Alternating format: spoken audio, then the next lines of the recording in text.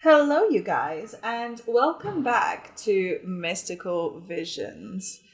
It's been a while, and I just realized that I didn't update you guys about what was going on, but my dog passed away about a month ago, and it's been rough, and I had to take a break from everything just to grieve and process and all of that. But we're back and we're just gonna try our best today. But also, it is Diwali where I live, and so there's fireworks outside. So if you hear that, I do apologize.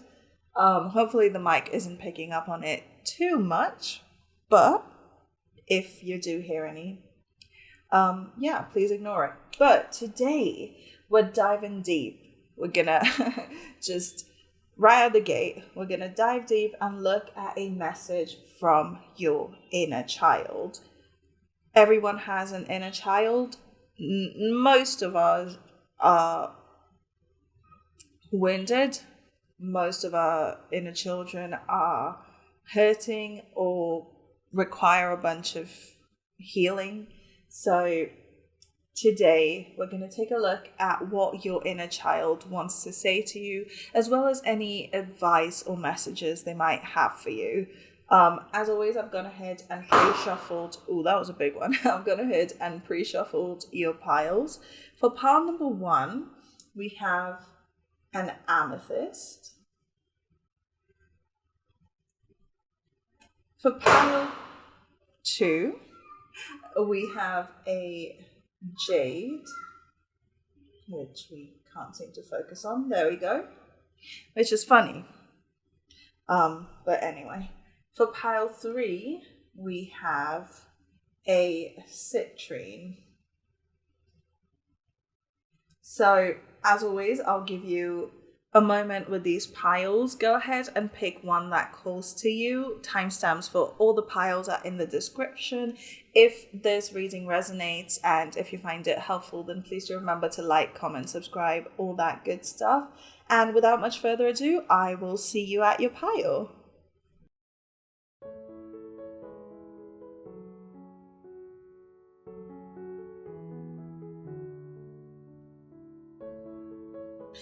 Pile number one, hello, welcome to your reading about a message from your inner child. So if you picked this beautiful amethyst, then this is very much your reading.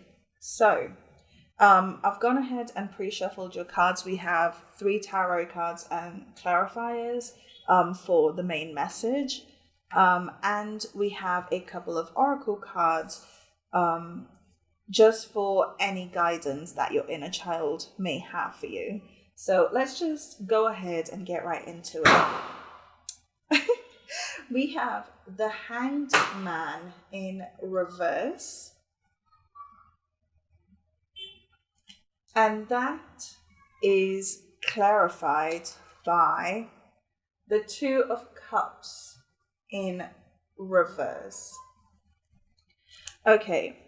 Straight away, I'm feeling like your inner child wants you to work on accepting that the things that you love, the things that you want, are not going to adhere to the norms of society.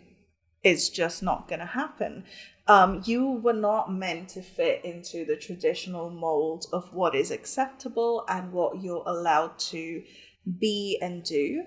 At least, in the legal sense.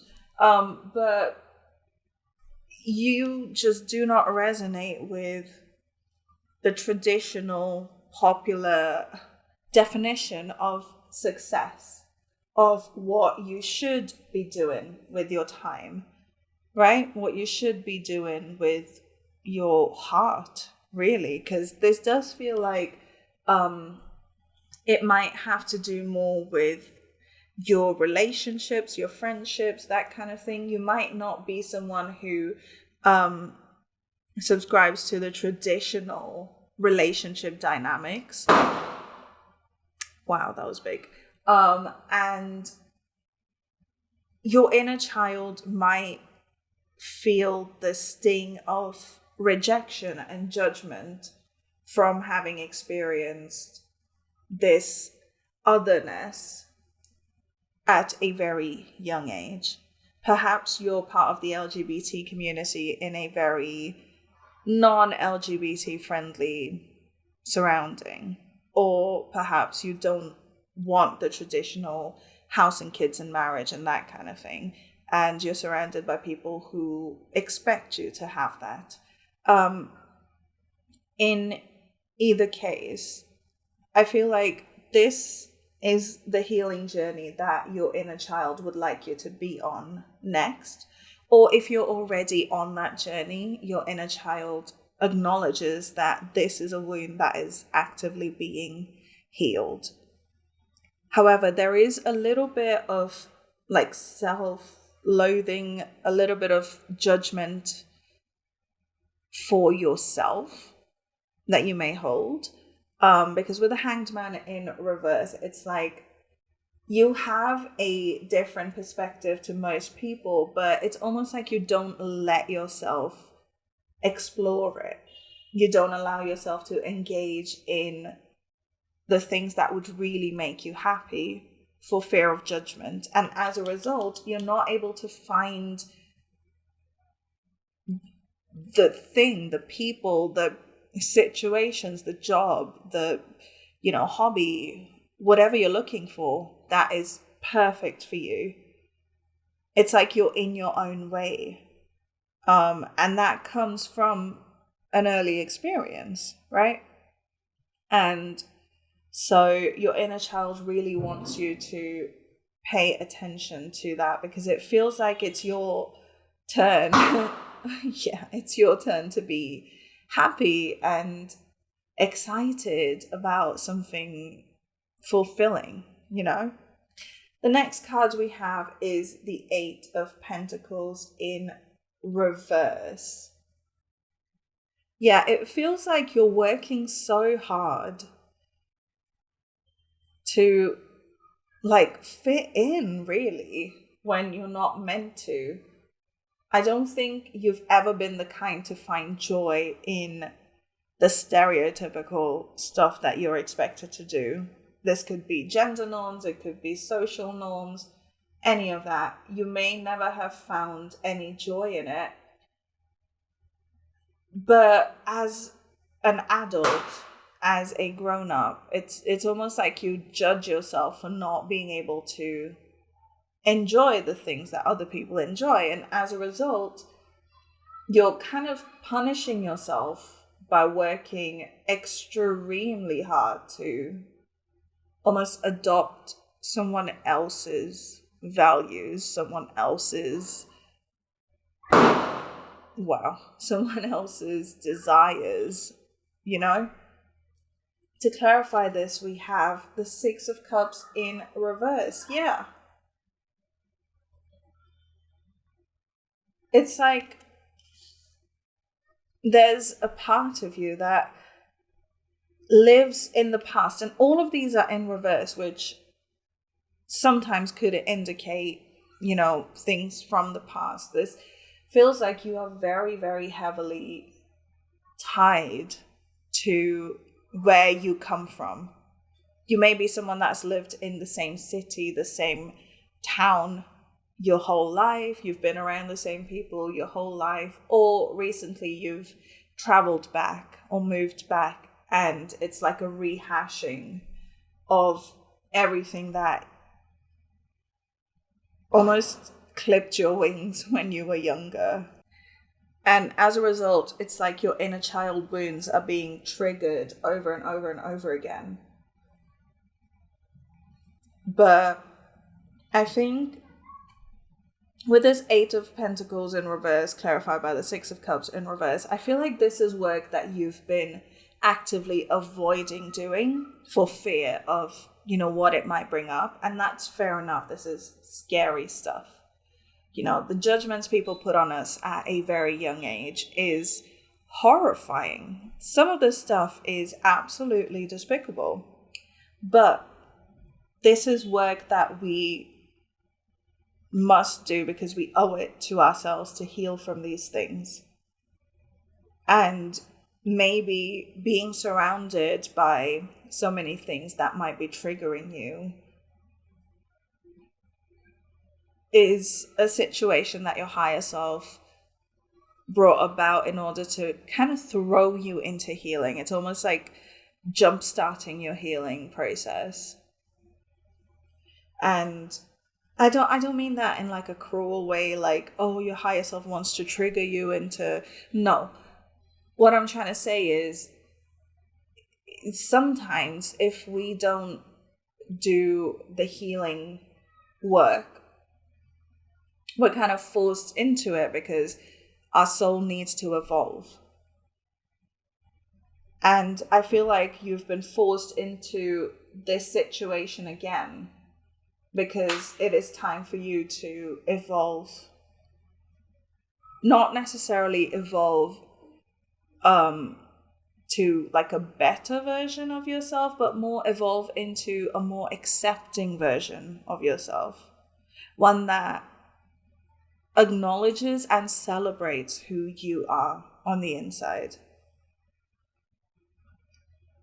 So that you can get to a point where you could be surrounded by all these triggers and still remember who you are and have the almost inner stability to know that it doesn't matter what anyone else thinks of me because I know who I am and I know what I deserve, and I will not settle for a life that is less than absolutely fulfilling.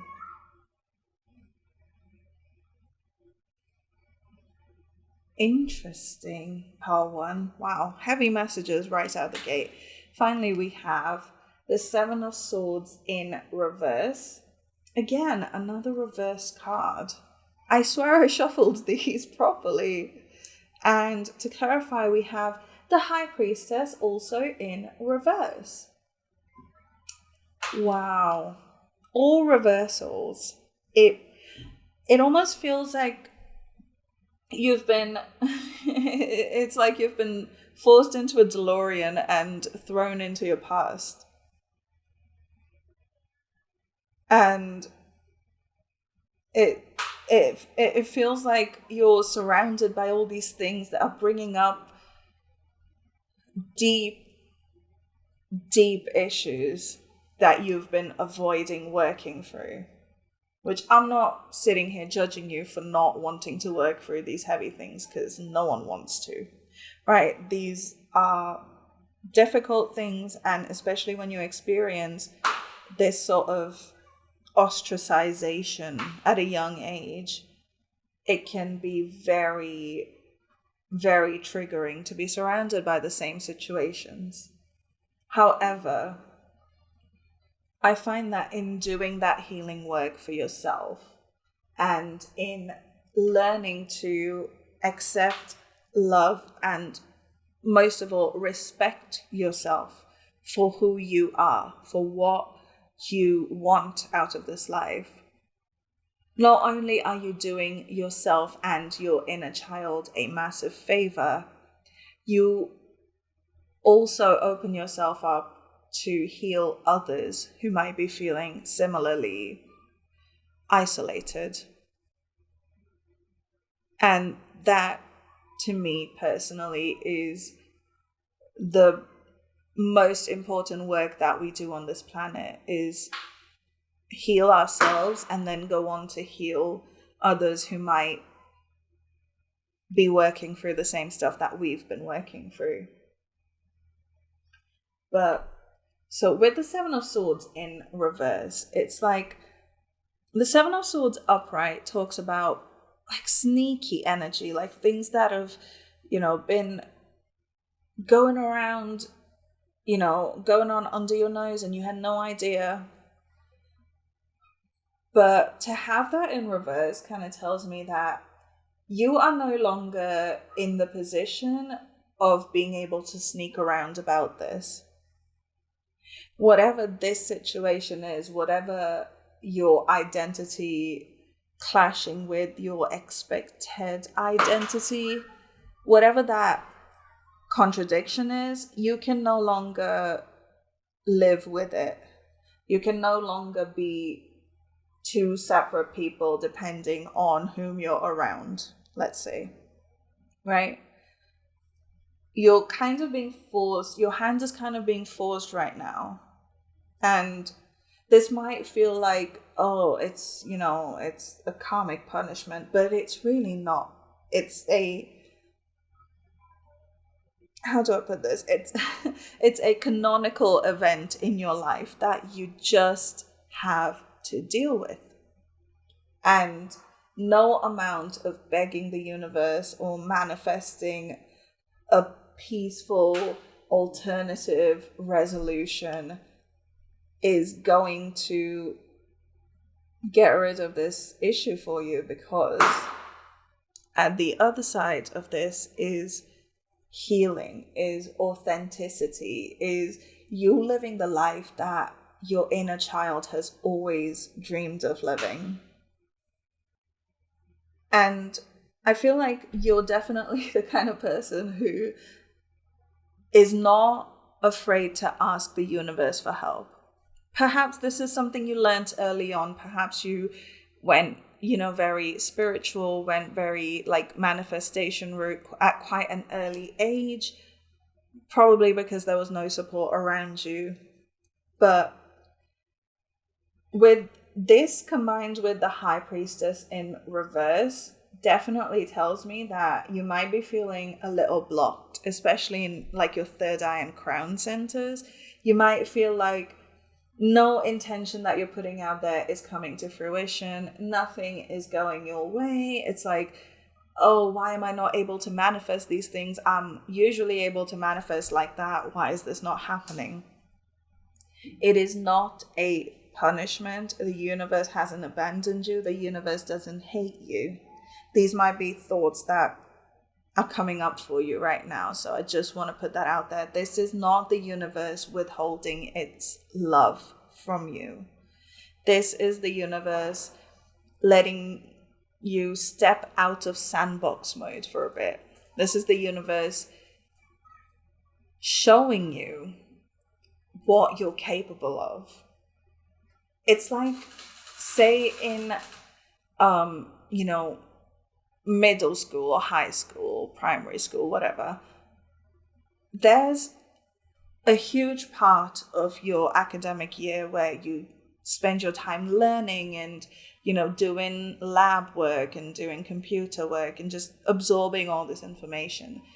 But in order to go to the next year, to go to the next level in your education, you need to take your tests. You need to not only apply what you learn, but also show not just your school and education board, but also yourself what you're capable of. And it's the same principle.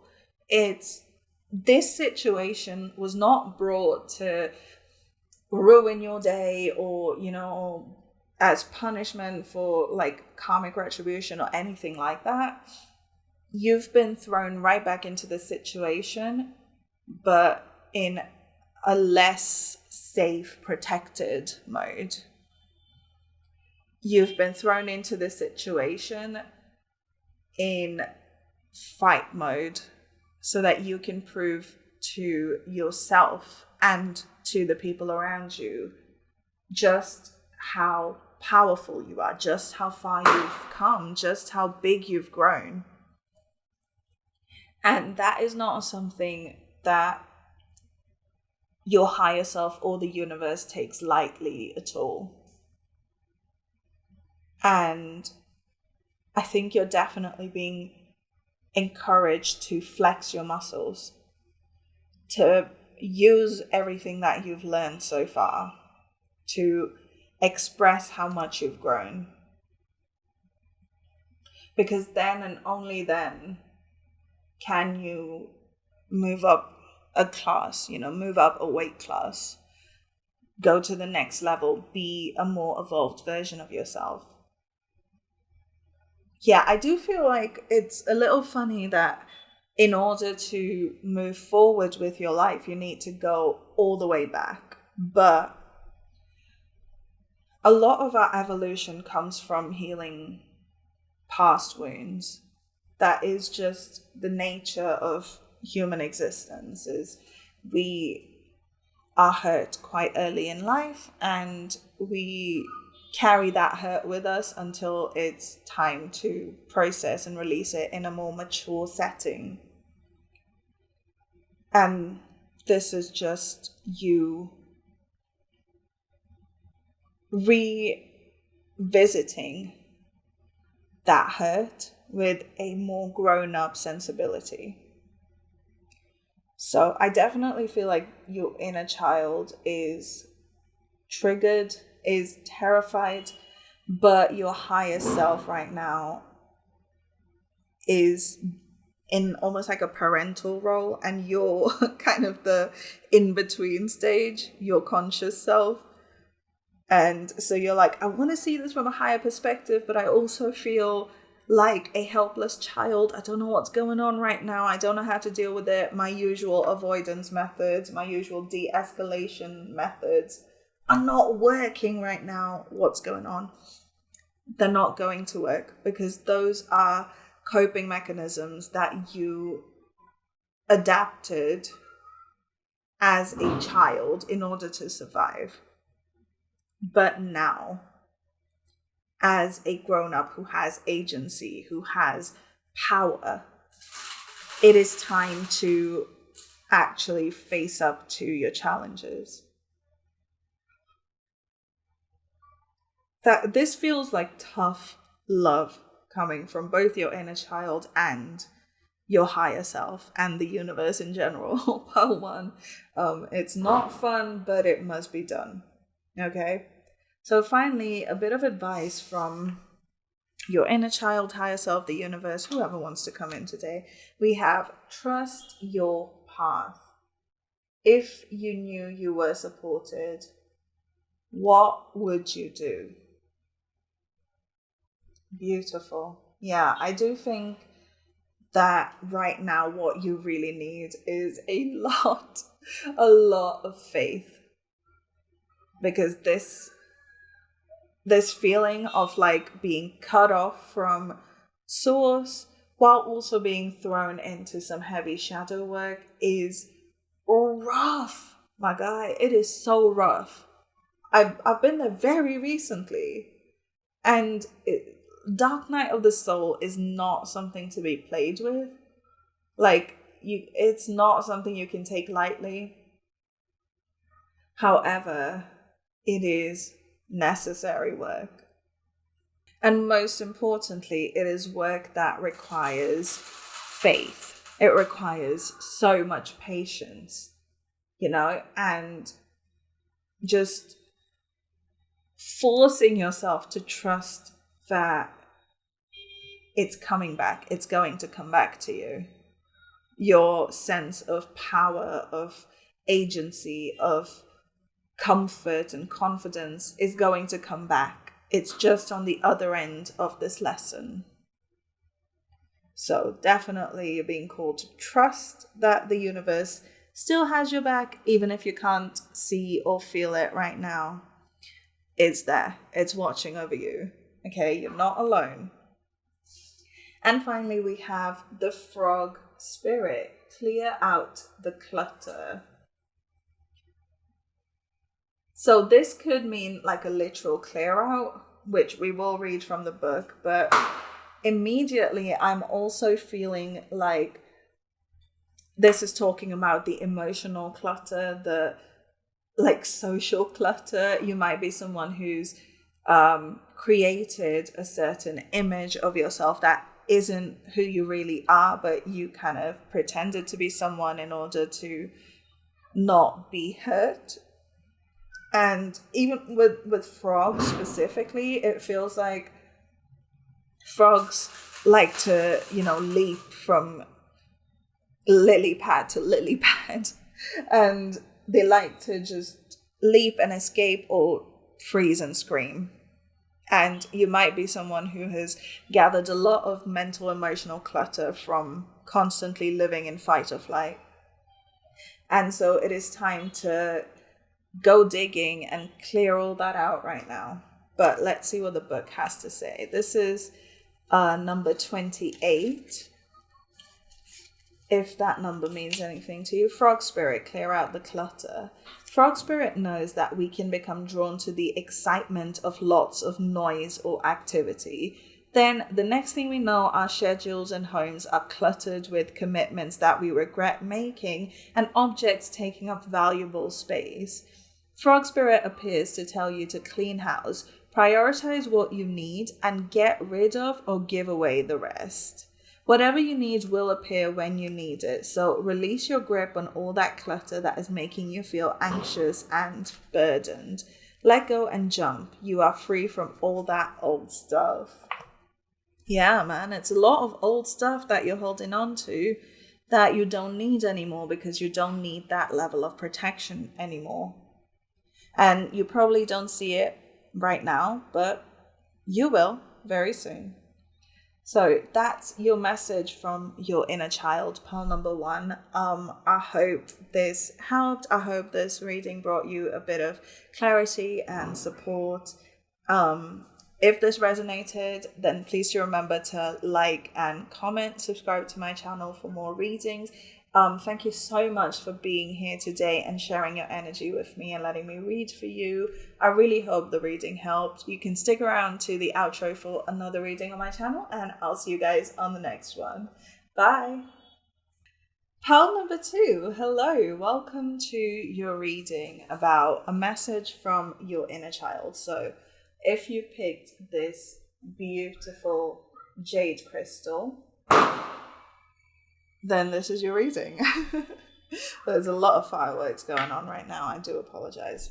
But I've gone ahead and pre-shuffled your cards. We have some tarot cards, which will tell us the overall message and, what's going on with your inner child right now, what they want you to know, what situations you need to work on or are working on. And then with the oracle cards, we'll take a look at any advice from your inner child, your higher self, the universe, whatever would like to come in right now. So let's just go ahead. Oh, before we get started, I just wanted to mention that when I was shuffling your cards, I had the biggest bout. I had the biggest bout of anxiety. Like, my hands were shaking, the cards were going everywhere. They didn't want to come out, but when they came out, they just kind of like flopped everywhere and a million cards came out. So if you're dealing with a bit of anxiety, hello, this is definitely your pile. If you're not, that's cool. But I just thought I'd put that out there as an acknowledgement, perhaps as confirmation. All right, so what does your inner child want you to know? We have the Queen of Swords in reverse. And this is clarified by the King of Coins in reverse. Both court cards. Very interesting.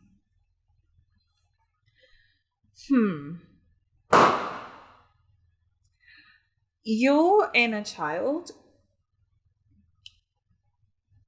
has definitely struggled with perhaps toxic masculinity, or just your divine masculine is quite wounded, because swords, the air element, is quite masculine, right? And the King of Coins, the king is a masculine card. I'm just getting a very divine masculine, but in reverse type of vibe here. The Queen of Swords. Wow, okay, I'm sorry. The Queen of Swords, to me personally, is probably the least feminine of all the queens. I don't mean that, you can't be a Queen of Swords and also be feminine. I mean, the Queen of Swords is the least sort of receptive of all the queens, I guess. The Queen of Swords feels a lot more proactive, a lot more, I'm going to get it my way. I like structure. I like,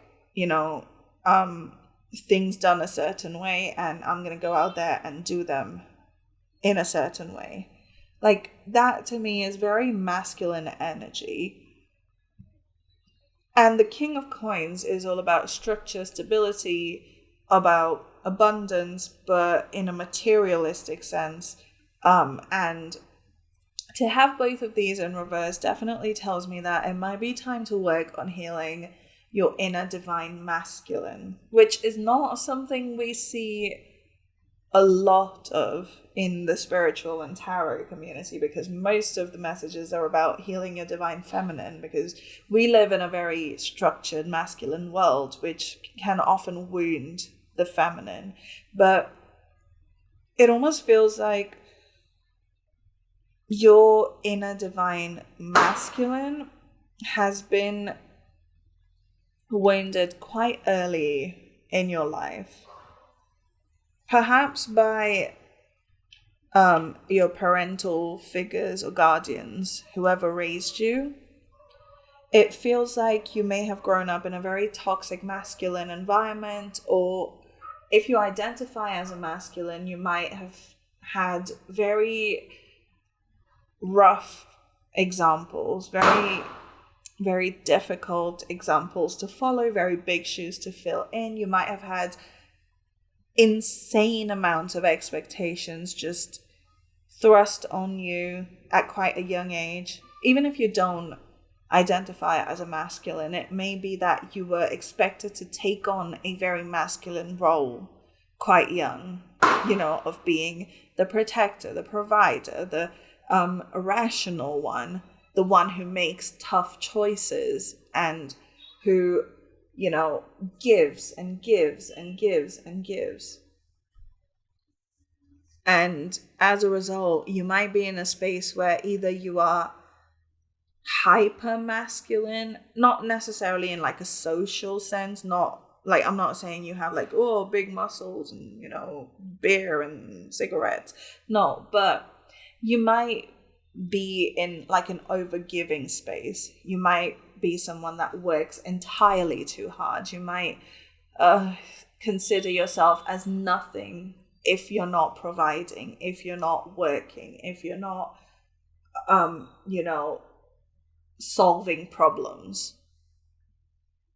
It's like there's issues receiving, there's issues softening out. And it's a bit of a gray area, because some of this is divine feminine healing, but it almost feels like you want to try and find balance in your masculinity. We've all got masculine, feminine aspects to us, and it's just sometimes some of these are hyperactive or underactive, and it's all about finding balance. It could be that this is the source of your anxiety, where it almost feels like you have to be in control all the time or things are going to fall apart. That kind of energy, which is, it's a very masculine thing. It gives me the same vibe as dads at the airport. You know how there's like a meme going around where it's like your dad at the airport will be there at like 6 hours early, will check all the bags in, check all your tickets in, and then just pace for no reason and refuse to relax. That's the kind of vibe I'm getting from you guys. So I think your inner child wants you to work on shedding some of that responsibility. Not all at once, because just saying that has given me anxiety. So I know it's given you anxiety to hear it. But in gradual pace, your inner child wants you to explore a slightly more playful paradigm for the rest of your life, because you deserve it. You deserve the freedom to be you and all the weird, quirky things that make you who you are. Next, we have the Fool in reverse. Yeah, man, it's like you don't let yourself explore things. You don't let yourself just fall sometimes. It's like you need to know exactly how things are going to turn out, because otherwise you're going to look silly in front of a bunch of people, and that's unacceptable. To clarify this, we have the Eight of Swords. Yeah, that is a protective mechanism. That anxiety, that stress, that fear of looking foolish is obviously a protective mechanism, because early in life, you may have been ridiculed for simply being silly, for simply being a child. And that has translated to you just not being able to let go and let loose and have a bit of fun. But I'm hearing something that I heard on a Keynote Tarot reading a while back, and it's so powerful, and it's completely transformed my relationship with anxiety. But she said, instead of looking at anxiety and, fear and that kind of thing as something to be healed, maybe recontextualize it and look at it as something that is simply trying to protect you. It was simply a behavior pattern that you adopted to protect you. Why? Because you love yourself. Because you care about you. And somewhere along the way, those wires got crossed, where feeling anxious almost became an expression of self-love. And when we look at anxiety through that lens, it becomes so much easier to work through it, because it's not tied in with the self-loathing that often comes with anxiety. So the next time you're anxious, you're like, oh, I love myself enough to worry about this. But can I love myself enough to go beyond the worry and just allow myself to feel a moment of joy? It's powerful. So I love Kino. Highly recommend her channel. You probably watch her already, but she's so insightful, and this really, really healed something deep inside me. So I thought I'd just pass the message along. But with the Fool in reverse, it's like there's a fear of trying new things, of, trying new experiences. Perhaps you're afraid of learning new skills because you worry it might not come to you naturally, and you might end up looking stupid in front of a bunch of people. And that's quite common.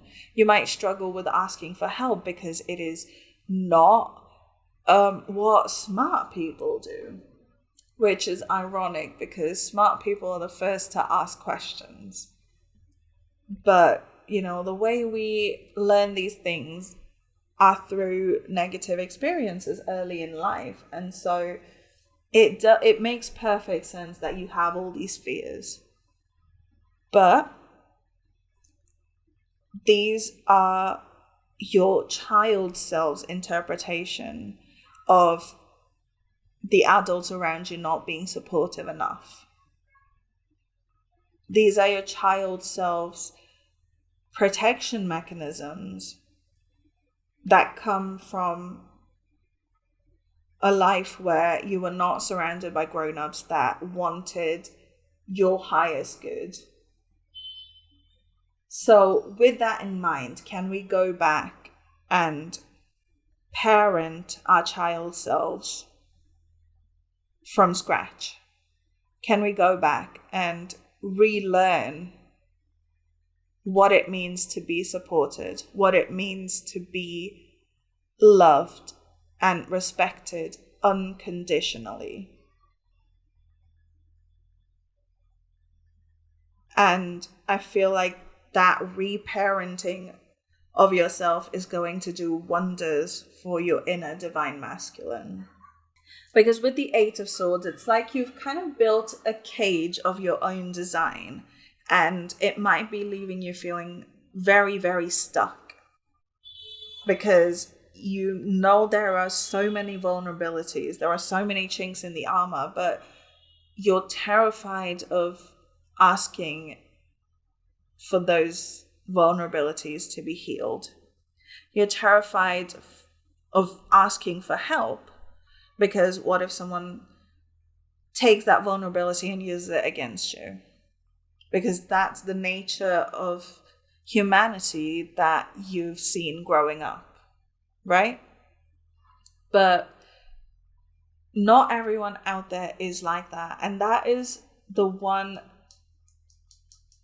power that the Fool has, is to go into situations with no preconceived notions. Is to look at every cycle as a blank slate. And when you learn to let these walls down, you get to experience that feeling of newness, of freshness. And it is a powerful feeling. Our final tarot cards are the Hierophant in reverse. I am not surprised at all. Clarified by the Nine of Cups in reverse. Yeah. The Hierophant talks about establishments of pre-existing structures that were created by someone else, by, old establishments, in order to keep power. And to have this in reverse kind of tells me that it's definitely a sort of way of living that was impressed upon you growing up, where it was in order to keep you subservient. I know it's kind of weird to refer to a child as subservient, but a lot of bad parenting, I'm not a parent yet, but this is what I hear. A lot of bad parenting relies on making your child compliant and erasing their individuality and erasing their needs and desires so that your life as a parent is easier. And that kind of structure is all too common with these almost overly rigorous rules that a lot of very strict parents create. And as a result, it hinders the child's ability to ever feel fulfilled or, ever feel enjoyment. And it kind of diminishes your reward circuit. So nothing you ever do will ever feel good enough. And that might be something you resonate with heavily, because I find that especially with young boys, there is a lot of pressure to perform. There is a lot of pressure to, go out there, be a man. Even when you're 6 years old, they'll tell you oh, you need to be the best at doing guy things, and that obviously I'm not just talking about, men here. A lot of women, a lot of young girls face this, and a lot of non-binary people face this as well. But it feels like masculinity gone super toxic, is what I'm trying to say. And that performance anxiety often makes you believe that no matter what you do, no matter how well you perform, it will not be up to par, because you never got the appreciation when you did do well. It's always, okay, now that you've done this, let's move on to your next target. let's move the goalposts even further. It's like no one's ever happy with how well you've done, and no one ever lets you cherish a moment with yourself. No one ever lets you be proud of how well you've done, because the instant reaction is, okay, well, how can we get better now? And as a child, you then learn that, oh, actually, me performing well is just a gateway for me not being good enough. So no matter what you do, you're just not going to be good enough. You're not going to be celebrated. And this is a wound that I feel your inner child carries very, very deeply and very, very potently.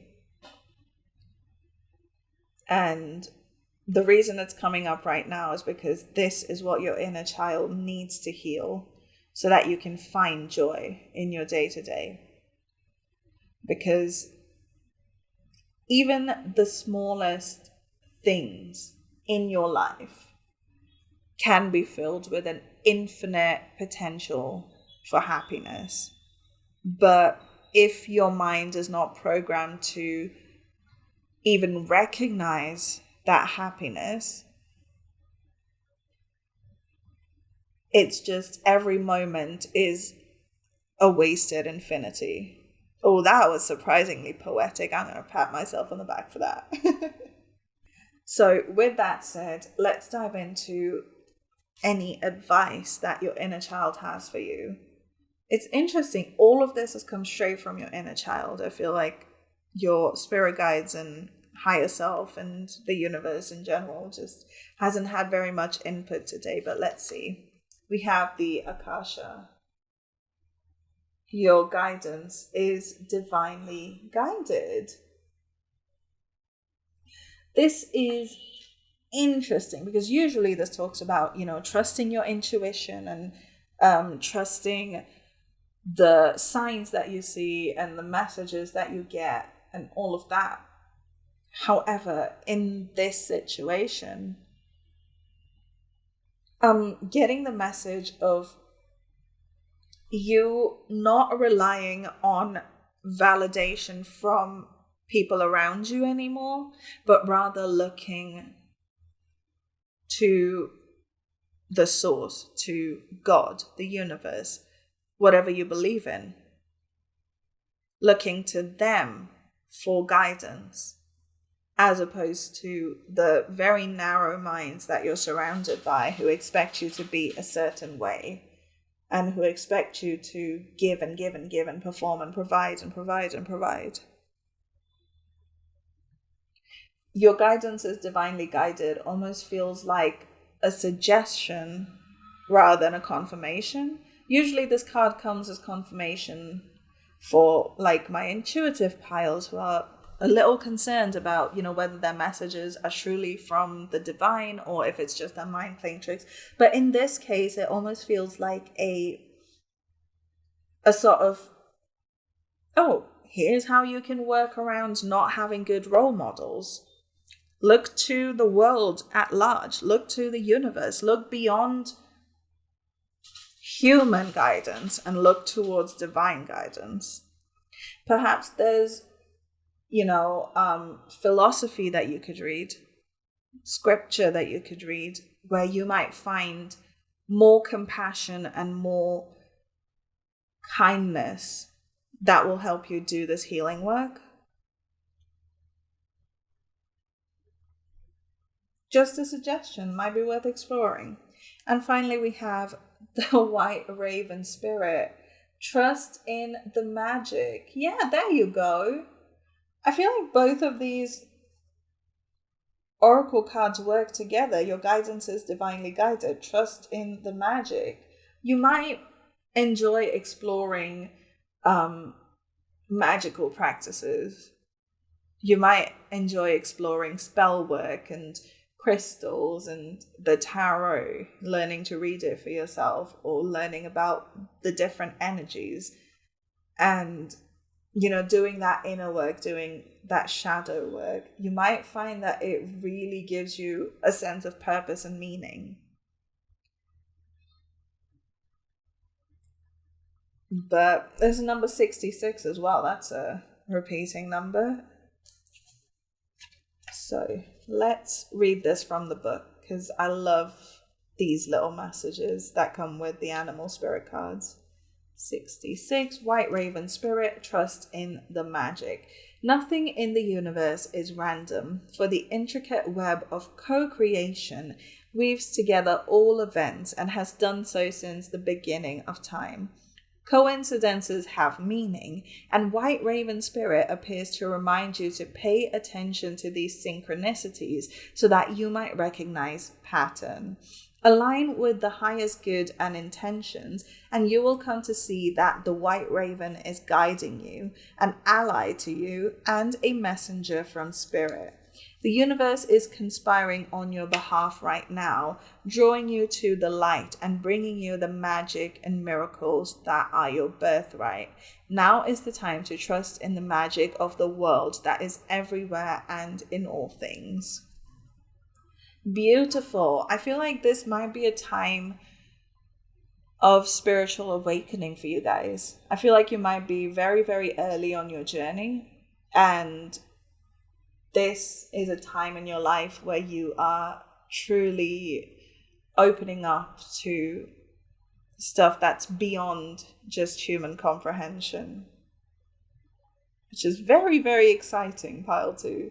You are in for a hell of a ride, and you're going to love every moment. So that's your reading for a message from your inner child. I really do hope this message helped and brought you a bit of support and a bit of comfort. Thank you so much for being here and spending some time with me and letting me read for you today. If this reading resonated, please remember to like and comment, subscribe to my channel for more readings.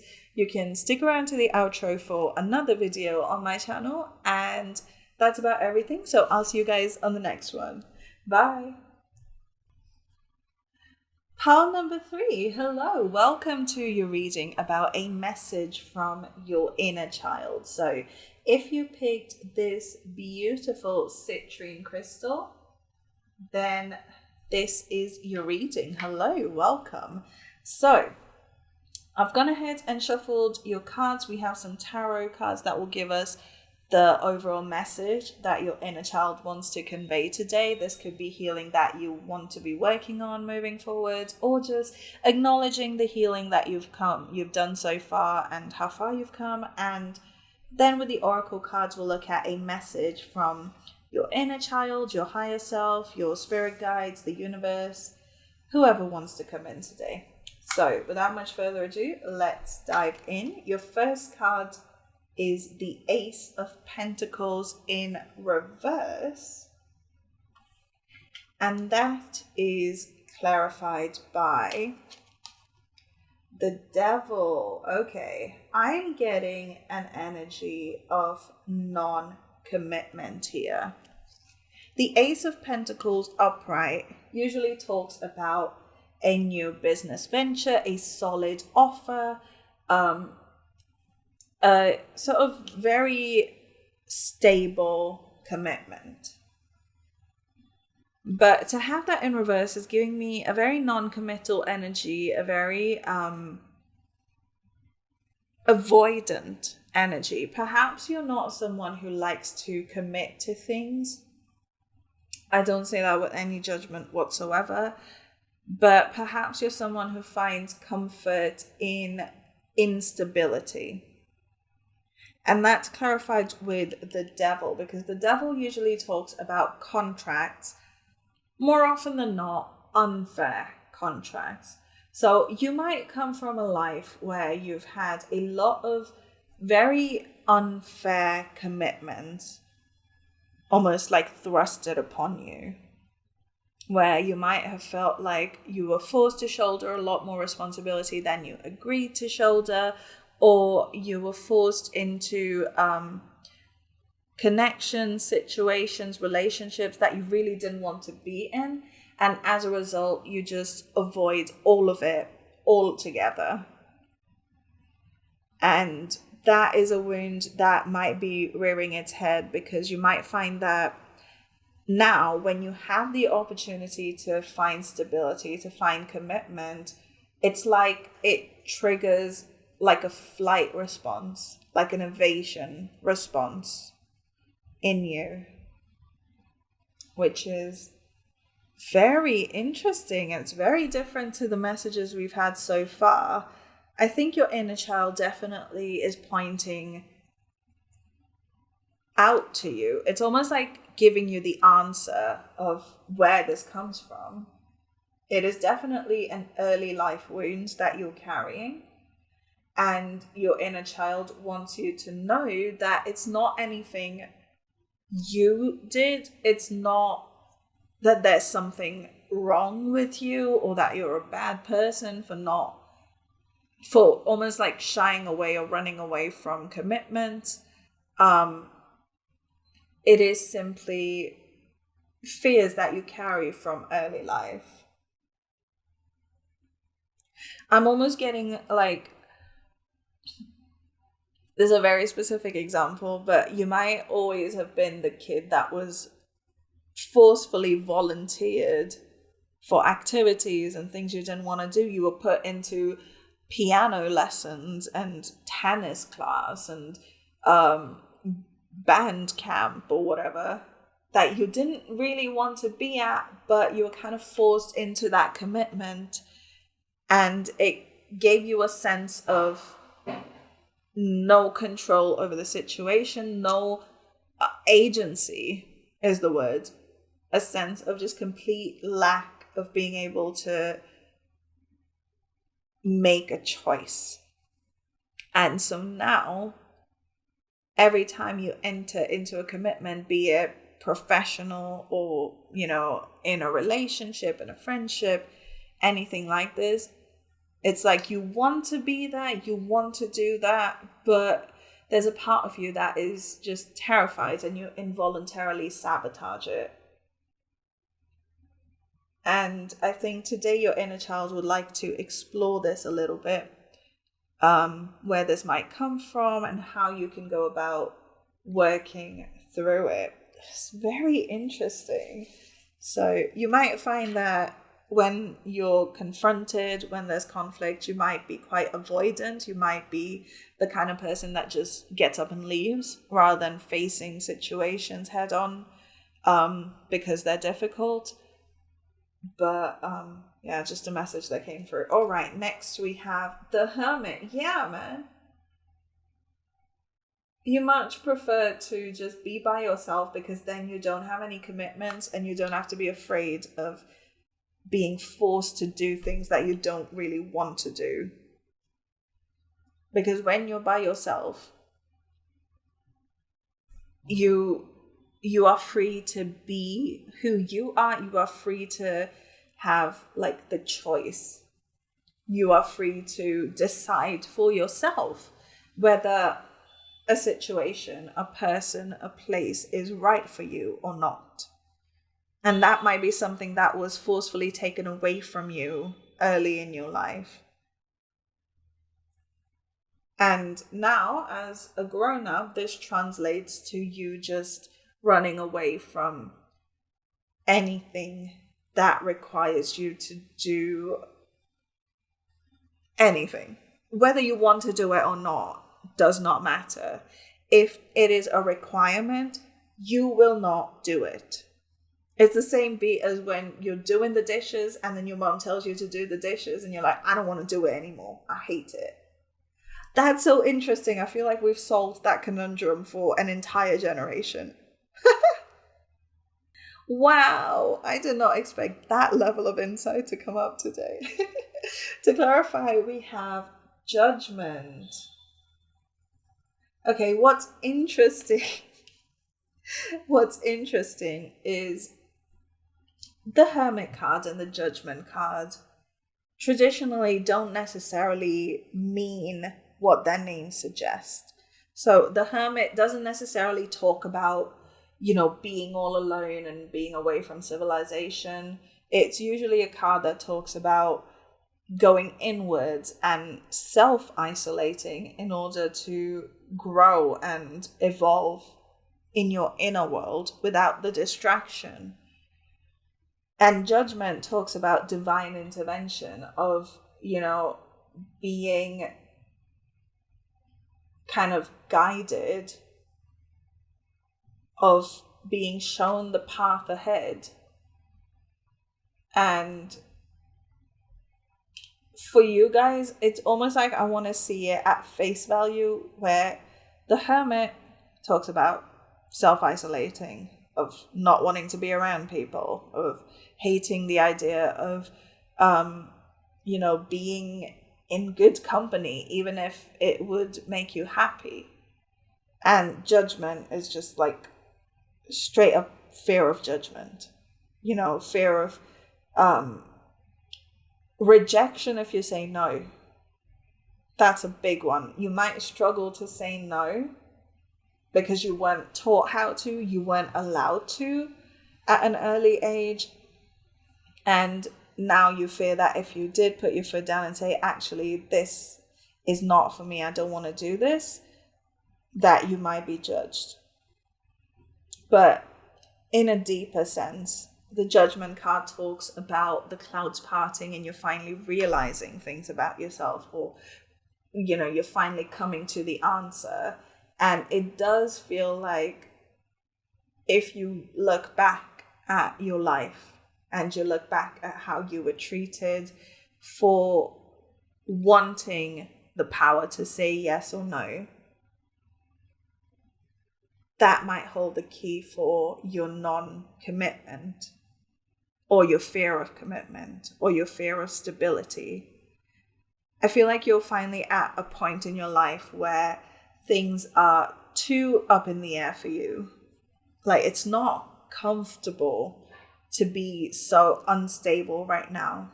It's not fun anymore.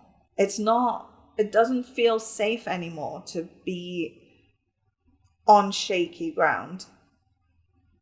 It's like you're in a place finally where you want to settle down. You want solid foundations.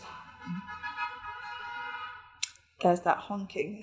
You want something stable, but there's like almost like an itchy feeling inside you when you think about stability that doesn't want you to have it.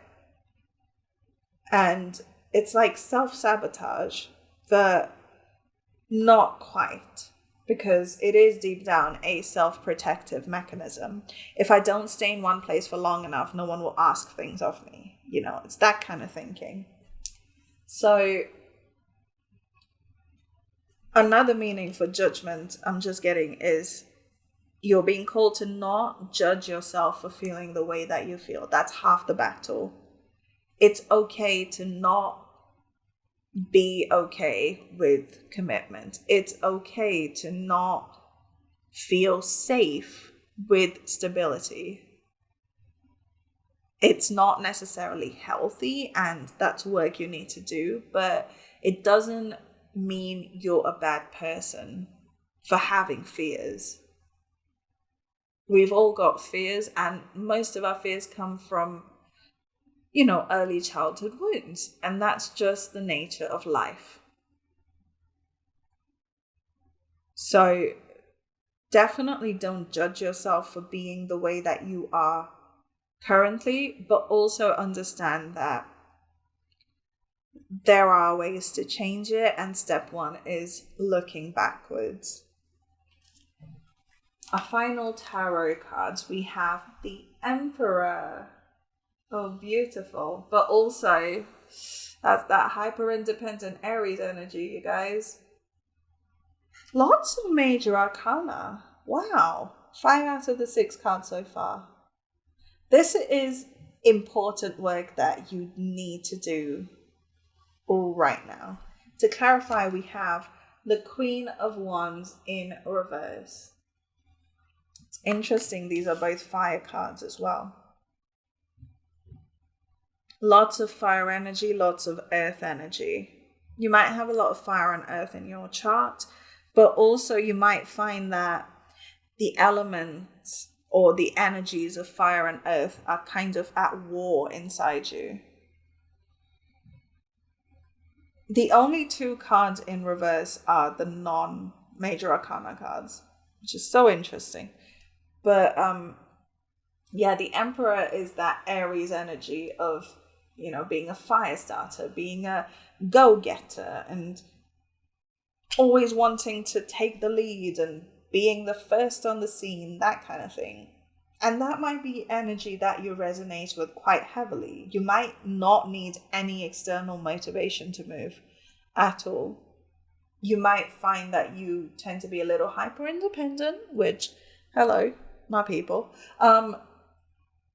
And you might find that it takes you no time at all to get stuck into something new. However, once the newness wears off is when the passion wears off, with this Queen of Wands in reverse.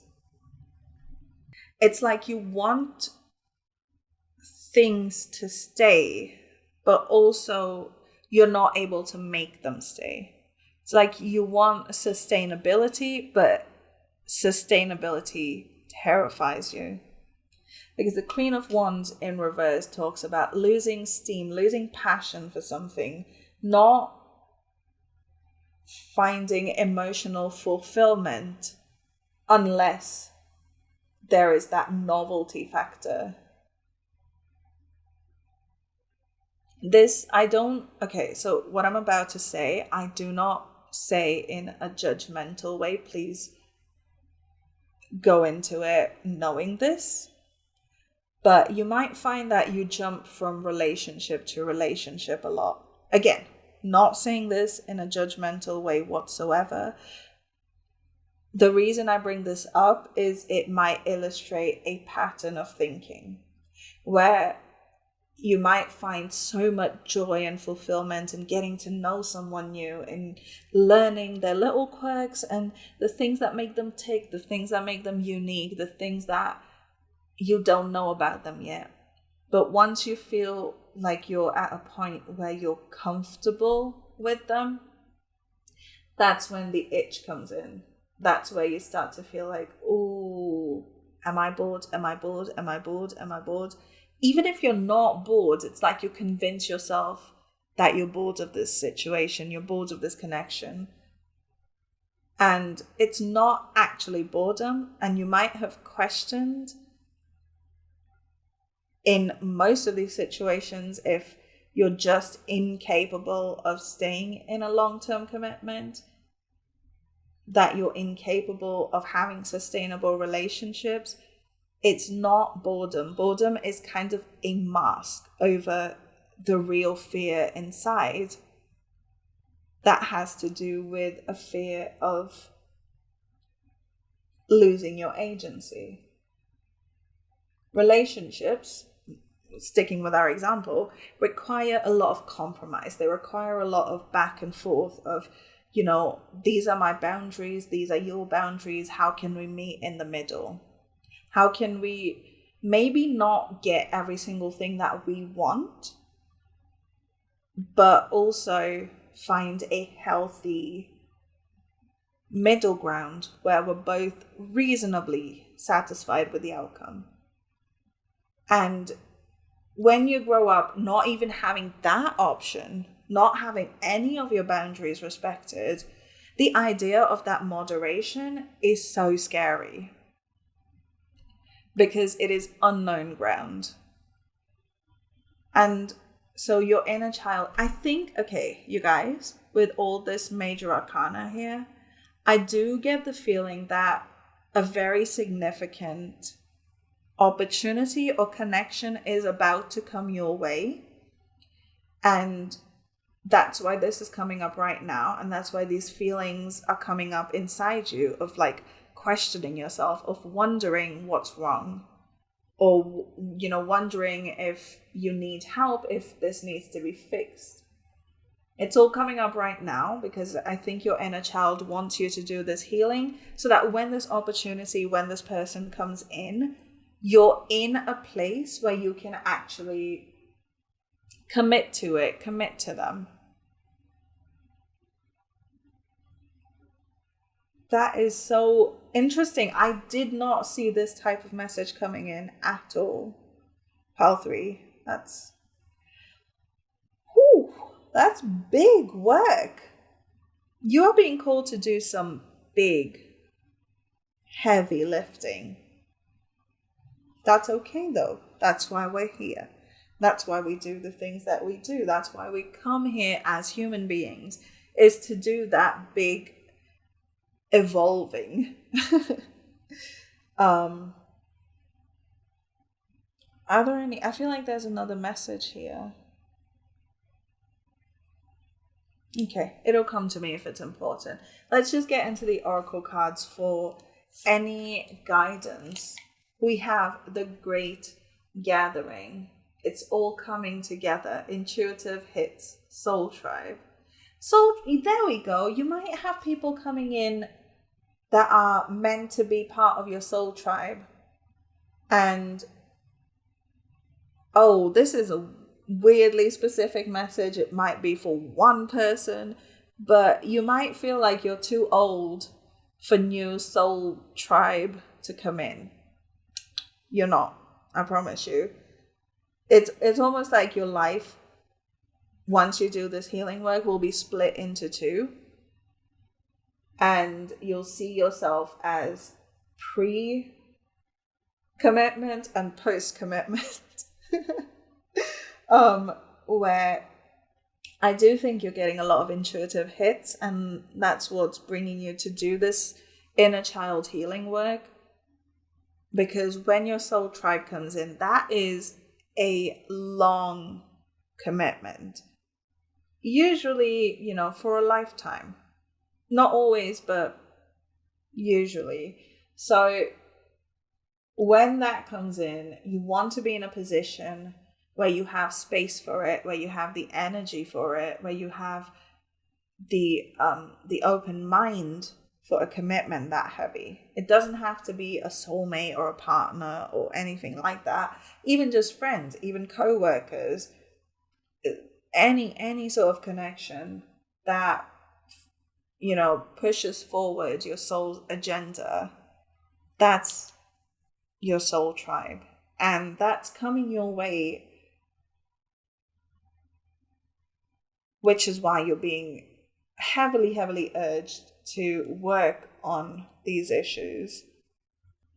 Because when we come into this life, we usually come in with a purpose. Now, it doesn't have to be anything grand. It could just be enjoying life, and I know society sees that as less than, but I personally don't. I think we're here to enjoy all of the earth's many gifts, but that's a whole other topic for another day. The point is, it feels like you haven't been able to tap into your highest potential because you're afraid of committing to anything. And so you've uprooted and restarted your life over and over again. Oh, I do apologize, pile 3. I just had a frog in my throat. It feels like you're almost aware of this pattern of where you will, end something, start over, and that gives you purpose. But that's not necessarily your purpose in this lifetime.